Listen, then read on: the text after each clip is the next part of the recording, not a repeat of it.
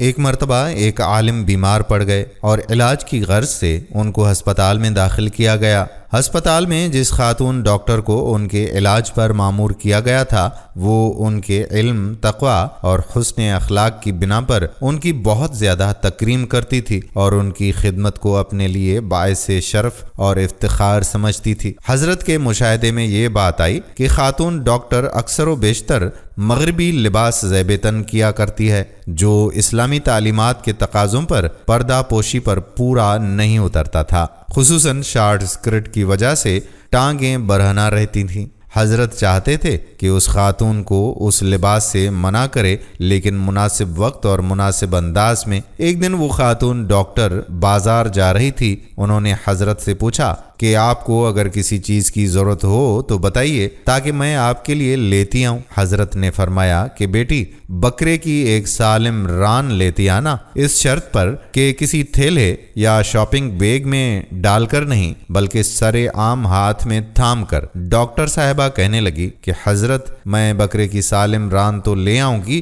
مگر اس طرح نہیں جس طرح آپ فرماتے ہیں۔ حضرت نے پوچھا کہ کیوں بیٹی؟ کہنے لگی کہ بغیر کسی تھیلی کے ران تھامے دیکھ کر لوگ میرا مذاق اڑائیں گے اور یہ میرے لیے ناقابل برداشت ہے۔ حضرت نے موقع غنیمت جان کر فرمایا کہ بیٹی، مسلمان خاتون کی ران بکرے کی ران سے کہیں زیادہ چھپانے کے لائق ہے۔ اتنے شفیق اور پر اثر انداز میں نصیحت سن کر ڈاکٹر صاحبہ کی آنکھیں پرنم ہو گئیں۔ انہوں نے ان عالم صاحب کو گواہ بنا کر اللہ تعالیٰ سے توبہ کی اور مستقبل میں کبھی بھی غیر شرعی اور مغربی لباس نہ پہننے کا عہد کر لیا۔ سچ ہے کہ نصیحت اگر مناسب وقت اور انداز میں کی جائے تو با اثر ہوتی ہے، ورنہ تنقید کے انداز میں کی گئی نصیحت کا کوئی اثر نہیں ہوتا بلکہ اس کا الٹا اثر ہوتا ہے۔ اللہ سے دعا ہے کہ اللہ تعالی ہماری بہن بیٹیوں کو با پردہ رہنے کی توفیق عطا فرمائے، آمین۔